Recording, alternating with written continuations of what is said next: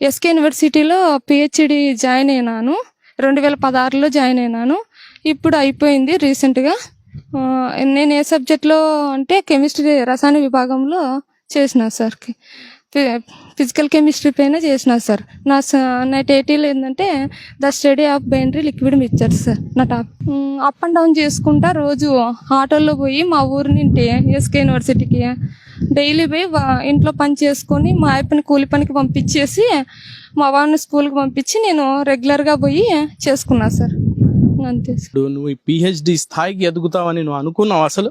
అనుకోలేదు సార్. నా పేదరికంలో నేను ఎదగలేను సార్ అసలుకి. అయినా పట్టుదలతో అట్లనే దేవుడే నాకు సాయపడినాడు, అందుకు ఎదిగినా సార్ నేను. అంతే, నాకు ఎవరు సాయపడలే, దేవుడు సాయపడినాడు. నా కష్టానికి ఫలితం అబ్బింది అంతే. అంటే మా ఇంట్లో అందరూ ఎవరు చదవలేదు సార్. నేనే చదువుకోవాలనుకున్నా. నాకు అంతో కొంత చదువు వచ్చు కాబట్టి చదవాలని అనుకున్నాను. పట్టింపుతో సార్ పట్టుదల ఉంది అందుకని. ఇంకోటి ఇంత 2016 నుంచి 2023 వరకు ఎట్లా కష్టపడ్డావు పిహెచ్డి కోసం? చాలా కష్టం అన్నా సార్. మా ఇంట్లో జరక్క అప్పులు చేసుకుని మళ్ళీ మా అమ్మ కష్టం చేసి కొద్దిగా సాయపడింది సార్. మా అయ్యప్ప రాత్రి పగళ్ళు డ్యూటీ చేసినాడు సార్. బ్రెడ్ యాక్షన్ పొడి దాంట్లో ఫ్యాక్టరీలో పని పోయేవాడు. నైట్ డ్యూటీకి పగలు డ్యూటీకి 10 గంటల వరకు పని చేయలేదు సార్ మా అయ్యప్ప. ఇంకోటి నువ్వు పిహెచ్డి చేస్తూనే కూలి పనులకు వెళ్ళలేదానివా? వెళ్ళేదాన్ని సార్. పీజీ వరకు అదే పనే చేసిన సార్. ఇప్పుడు కొద్దిగా ఇబ్బంది అయిపోయింది. ఇంకా అక్కడికి పోయి ఇక్కడ పోయి ఇబ్బంది అవుతుందని ఇంట్లో చేసుకునేకి స్టడీ పోయిరాలి కదా సార్ రెగ్యులర్గా. అందుకు ఆటోలో పోయేచ్చరికి లేట్ అవుతుందని పోలేదు సార్. మా అయ్యప్ప ఒక్కడే పోయేవాడు సార్. అసలు నువ్వు ఏం చేయాలనుకుంటున్నావు? నీ భవిష్యత్తు లక్ష్యం ఏమక్క? నా భవిష్యత్తు లక్ష్యము ఇంకా నేను పిహెచ్డి చేసినా కాబట్టి దానికి ప్రొఫెసర్ అవడమే ఆశయం సార్ నాది. ఇంక అంతేను. రేపు ఆడపిల్లలకి నువ్వు ఎదిగితే వాళ్ళు కూడా అట్లా తయారవుతారని చెప్పినాడు సార్.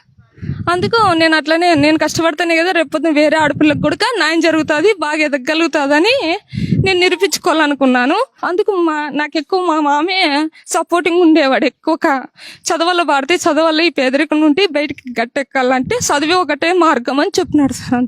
ఇంకోటి నువ్వు పీజీ చేసావు, డిగ్రీ చదివినావు, పీజీ చేసినావు, తర్వాత పిహెచ్డి చేసినావు. ఈ మధ్యలో ఏడన్నా స్కాలర్గా కానీ లేకపోతే ఎక్కడన్నా ఫ్యాకల్టీగా కానీ పని చేసావా? లేదు సార్. నాకు ఇంక వచ్చి పోయేదే ఇంట్లో చేసుకోవడమే, మా అయ్యప్ప పనికి పంపించడమే సరిపోయింది సార్. మాకు జరిగేదే కష్టం సార్. ఇంకా స్టడీ కంప్లీట్ చేసేదే బరువైంది సార్. ఇంకా ఏం పేరు నీ పేరు? నీ భార్యని ఎట్లా చదివి ఇచ్చినావు నువ్వు? కూలి పని పోయి చదివించినాను సార్. ఆమెను కొంచెం తెలివితేటలు కనుక్కున్నాక మా ఊర్లో 40 మంది పిల్లలు ఉంటారు. వాళ్ళు ఫస్ట్ క్లాస్ వచ్చేసింది. ఫస్ట్ క్లాస్ వస్తేనే ఏమిలో తెలుగు ఉంది, మనం ముందు పంపిద్దామని ఆలోచనతో చదివించిన. నాతో కాలేదు కాబట్టి నా భార్య అంతవరకు చదువుతాను కాబట్టి ముందు పంపించడం మేలని ఆశతో ఇంటర్ 2nd క్లాస్ వచ్చింది. మంచి ఎంపీసీ గ్రూప్ తీపించినాను. ఈ చదువు వల్ల మనకి ఏమైనా వస్తుందా అనే ఆలోచన రాలేదు మాకు. అంతా చదివితే పూర్తి ఏమన్నా మనకు మంచి జరుగుతుందేమో చూద్దా, దేవుడు ఉన్నాడు అనే ఆలోచనతో ముందుకు పోయినాం. పిహెచ్డి చేస్తుందని నువ్వు అనుకున్నావు? అసలు పిహెచ్డి చేస్తుంది అని నేను అనుకోలేదు. చదువుతూ పోతా ఉంటే భవిష్యత్తులో ఆ దేవుడు ఆ దారి చూపుతాడు. మనం ముందుకు పోతా ఉంటే ఆ దేవుడు మనకి ఎలా చెప్తే అట్లా పోతాం. ఎంతవరకు స్టాప్ అవుతుందో అంతవరకు స్టాప్ అన్నట్టు ముందుకు అడుగేస్తూ పోతున్నాం. అట్లనే డిగ్రీ చేసిన. డిగ్రీ 2nd క్లాస్ వచ్చింది, డిగ్రీ 1st క్లాస్ వచ్చింది, పీజీ 2nd క్లాస్ వచ్చేసింది. ఇంకా లాస్ట్కి ఏం చేయాలబ్బా, ఇంకా ఉద్యోగం అంటే ఉద్యోగాలు వచ్చేదట్లు లేవు ఇవి. మనం ఇంకా ముందుకు పోయి ఇంకా పిహెచ్డి పూర్తి చేసుకుంటే ఏమన్నా ఉద్యోగం వస్తుందేమో అనే ఆశతో ముందుకు ఒక అడుగు వేసి స్లెట్ అనేది పడింది. ఒక పేపర్ దుబ్బులో పడితే దాన్ని తీసుకుని వచ్చి చదివి స్లెట్ దీన్ని రాస్తే ఎంట్రన్స్ రాస్తే దీంట్లో సీట్ వస్తే పిహెచ్డి అంటున్నారు. ఇది పైసది గొప్ప అని చెప్పడం వల్ల నేను అది అప్లై చేయించినాను. ఎగ్జామ్ రాసిన, టెస్ట్ రాసిన తర్వాత మార్కులు వచ్చినాయి. మార్కులు వస్తేనే సీట్ కోసం పోయినాను. సీట్ కూడా కొన్ని ఇబ్బందులు పడినాం, చాలా కష్టపడినాం. ఇవ్వరన్నారు, మీరు చేయలేరు, మీ పేదరికం మీతో కాదన్నారు. అవుతామనే సార్ మేము ఎట్లా కష్టపడుకొని చేసుకుంటాము, మాకు సీట్ ఇవ్వండి దయచేసి అని అడగగా సరే అని వాళ్ళు తెలుసుకొని ఇచ్చినారు సీటు. మా చదివిన తగ్గట్టుగా ఇచ్చినందుకు మేము ముందుకు పోయినాం సార్. పిహెచ్డి అయిపోయినాక దాని తగ్గట్టుగా ఒక పోస్ట్ అనేది వస్తే ఆ భగవంతుడు మా కష్టం తీర్చినాడు అని అర్థం.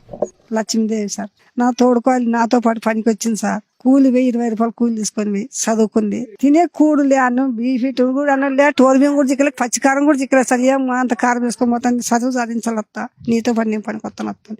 మరిది కంకరు కొట్టి కూలి పోయి తీసుకొచ్చి పెట్టినాడు సార్. సాధించాలి మా మామ చేసుకోండి అట్లా, మన మనవరాలే 3 ఆడపిల్లలు కదా అని. వాళ్ళ పక్కన పెళ్లి చేయలేదు కదా, మనమే చేసుకుందామని మా మరిది టీచర్, అతను పెళ్ళాన్ని చనిపోయిన తర్వాత నువ్వన్నా సాధించమ్మా అని అయిపోయి చెప్తా ఉంటే పోతా ఉండే సార్. ఆ విధంగా చదివింది. ఏమన్నా కూడా ఏమని సాధించాలత్తా. పెళ్లి చేసుకునేది కాదు పట్టు. పెళ్లి చేసుకున్న 3 ఏళ్ళు 6 ఏళ్ళు 8 ఏళ్ళు 9 ఏళ్ళు అయినా పాప దగ్గరికి మరి దగ్గర కూడా పోయినది కూడా కాదు. నేను సాధించాలత్తా అంటాను. ఏం మాట్లాంటాను, సాధించాలత్తా. పచ్చికారం తింటాను, ఒట్టికారం నీతో పనికి వస్తానత్తా అని వచ్చి చదివింది సార్. వాళ్ళమ్మ నాయన పిలుచుకొచ్చుకున్నారు, నానమ్మ మవ్వయ్యలు పిలుచుకొచ్చుకొని ఆమెను చదివించుకున్నారు. ఇన్ని ఏళ్ళ నుంచి చదివించుకొని పొద్దు చదివి ఈ స్థానానికి రావడానికి కారణం వాళ్ళు. ఈ పొద్దు చనిపోయినారు, వాళ్ళు లేరు ముసలోళ్ళు. ఈ పొద్దు మా మామ ఏదో అన్నిటికీ పనులకు పోతూ కష్టపడుతూ ఆవులు చూసుకుంటూ ఆ పని ఈ పని బయట పనులు చూసుకుంటూ ఈ పొద్దు పిల్లల్ని పిలుచుకొని పిల్లల్ని ఎత్తుకొని 2 కష్టపడుతూ పోయినారు, పోయి సాధించుకున్నారు సార్ వాళ్ళు.